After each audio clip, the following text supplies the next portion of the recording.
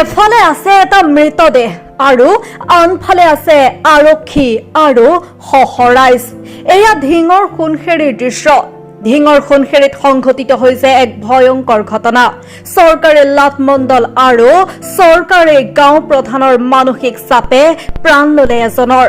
গাঁও প্ৰধান আৰু লাটমণ্ডলৰ মানসিক হেঁচা সহিব নোৱাৰি মানসিক ভাৰসাম্য হেৰুৱাই মৃত্যুক সাবটিলে সোণখেৰীৰ হজৰত আলী নামৰ এইগৰাকী বৃদ্ধ লোকে।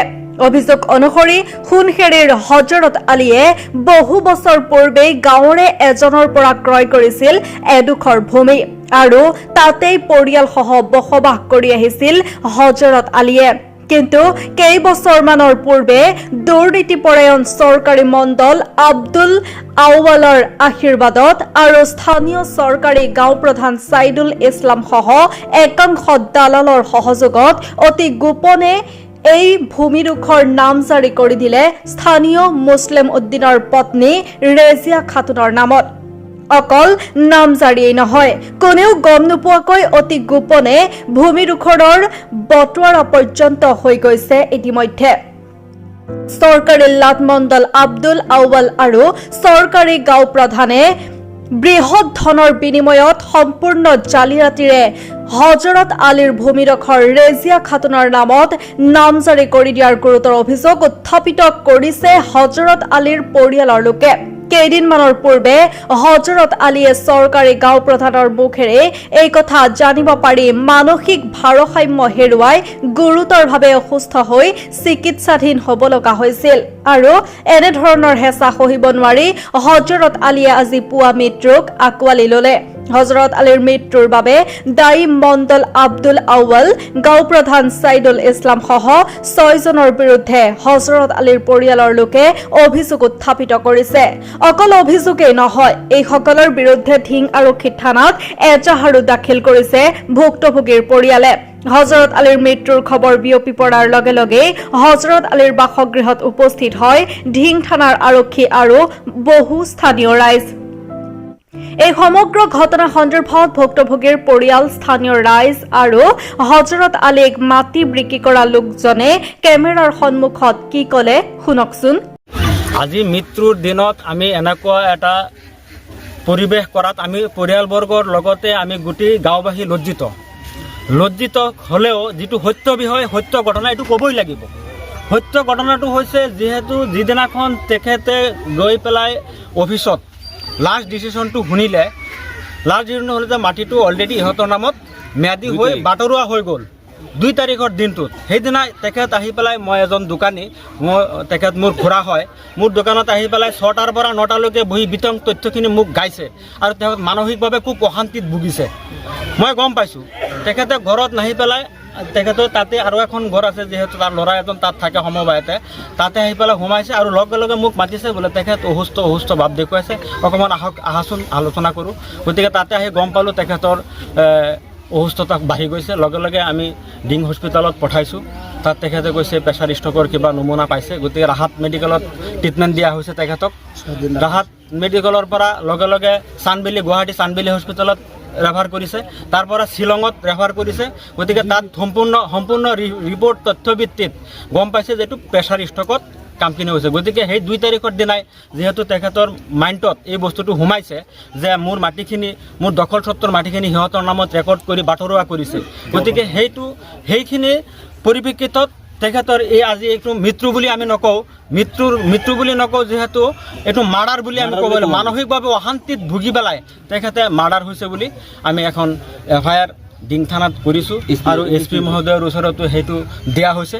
গতিকে আইনে কি ব্যৱস্থা লয় আৰু আপোনালোকৰ মিডিয়াৰ জৰিয়তে এইখিনি আমি উত্থাপন কৰিব পাই সুখী হৈছোঁ।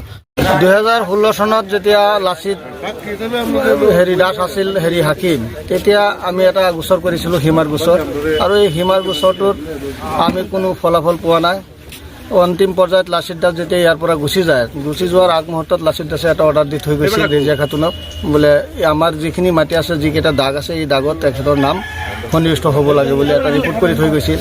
আৰু সেই ৰিপৰ্টটো 2016 চনত কৰাৰ পিছত 2023ত যেতিয়া গম পালোঁ যে মানে ৰেজিয়া খাতুনৰ নামত মাটিৰ নামজাৰি হৈ গ'ল, তেতিয়া আমি আকৌ গোচৰ দিছোঁ।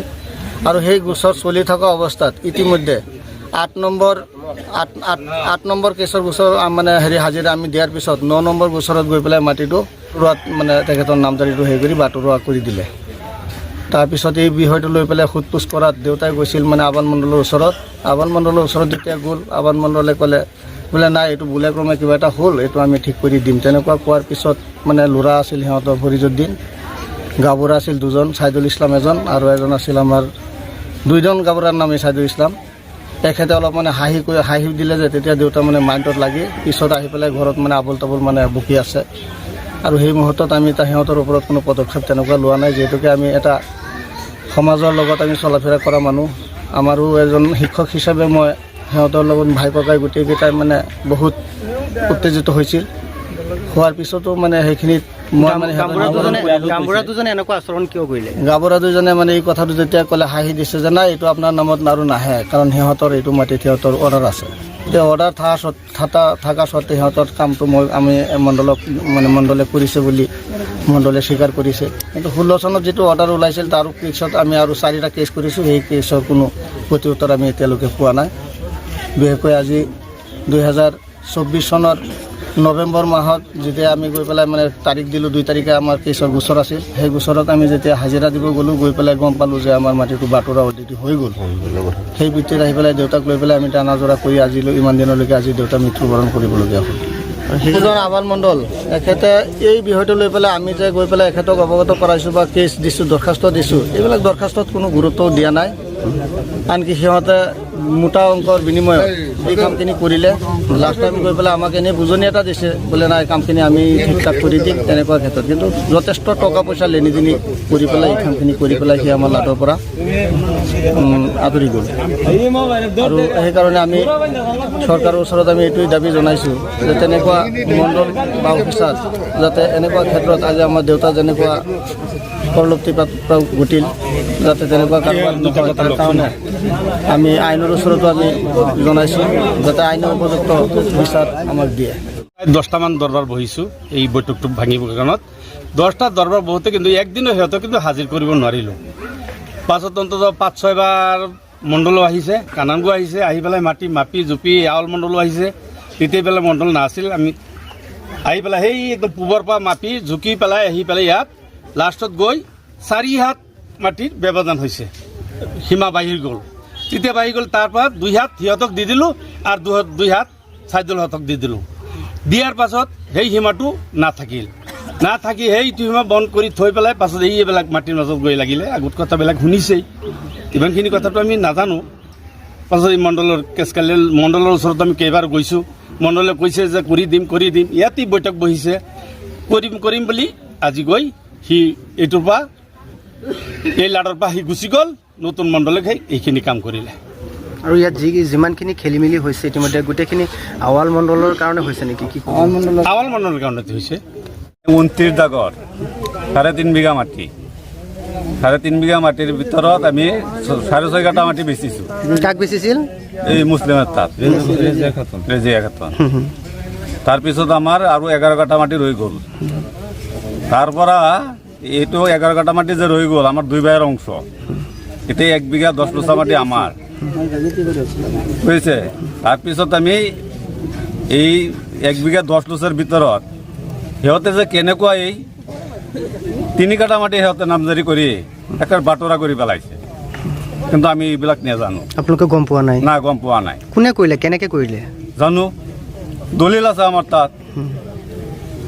29 জাগাৰ ভিতৰত 29 জাগাৰ মাটিটো যে 3.5 বিঘা মাটি, এইটো আমাৰ দলিল আছে, সব কিছু আছে। চালিয়াৰিতে কৰিছে নেকি? কোন মণ্ডল? তাৰপিছত এই 11 কাঠা মাটি আকৌ বেছি পেলাইছোঁ আমি। বেছি পেলাইছোঁ কি যেন 10 বছৰ মান হয়। আচ্ছা, কিন্তু হৰজত আলী তাত। আচ্ছা, যিজন মানুহ আজি মৃত্যু হৈছে তেখেতৰ মাটিটো আপুনি বেচিছিল? হয়, এই 11 কাঠা মাটি আমাৰ 2 ভাইয়ে বেছি পেলাইছোঁ, কিন্তু 10 বছৰ হয়, কিন্তু মাটিটো লিখি ল'ব পৰা নাই। অপাৰেশ্যন দিয়ে 3 কাঠা মাটি নিলেগৈ আমাৰ ৰেকৰ্ডৰ পৰা। আপোনাৰ পৰা 3 কাঠা মাটি নিলে? 3 কাঠা মাটি নিলে। কোনে নিলে? এই যে মুছলিমউদ্দিনে। কোন জড়িত আছে ইয়াত? মণ্ডল জড়িত আছে নেকি? মণ্ডলেইতো কৰিছে। কি নাম? আৱাল মণ্ডল। আৰু কোন জড়িত আছে? চাদুল গামবুঢ়া মণ্ডল চণ্ডল আহিছে, মণ্ডল 5বাৰ আহিছে এইটোত আহি পেলাই জোখা ফোকা কৰিছে। এই মাটিটো যিটো মাটি সিহঁতে নাম নিছে এই মাটিত সিহঁতৰ পৰা নাই। সিহঁতৰ মাটি সিহঁতৰ, ইহঁতৰ মাটি সিহঁতৰ, ইহঁতৰ দাগলত নবনে। এইটো হ'লে 127, সেইটো হ'লে 129, 27 মাটি সিহঁতে কিনাই নাই। যিজনে মানুহ বেচিছে সেইটোও বেচা নাই সি। আৰু ইয়াৰ ভিতৰত আমাৰ কেইজনৰ ৰাইজে মিলাই 5বাৰ মণ্ডল আনিছোঁ, তথাপি এই মাটিটো পৰা নাই সিহঁতৰ। ঘৰ বাৰী পৰা নাই, সীমা হৈছে, সীমা 4 হাত হৈছে, 4 হাত মিলাই দিয়া হৈছে, মানে আৰু কাম নাই। ফটো কৰি যায় এনেকৈ হ'ব, কোনো নাজানে। 5বাৰ যে মণ্ডল আহিছে তেখেতে সোধা কৰিছে, আহিছে, জুকিছে। এতিয়া যে এই কামটো কৰিছে কোনো নাজানে। গোপনত কৰি কিমান পইচাত কৰিছে, গোপনত বেলেগৰ নামত দি দিছে মাটি। কাৰ নামত দিছে, কাৰ নামত দিছে? ৰেজিয়া খাতাৰ নামত দিছে। কিমান পইচা হৈছে গোপনৰ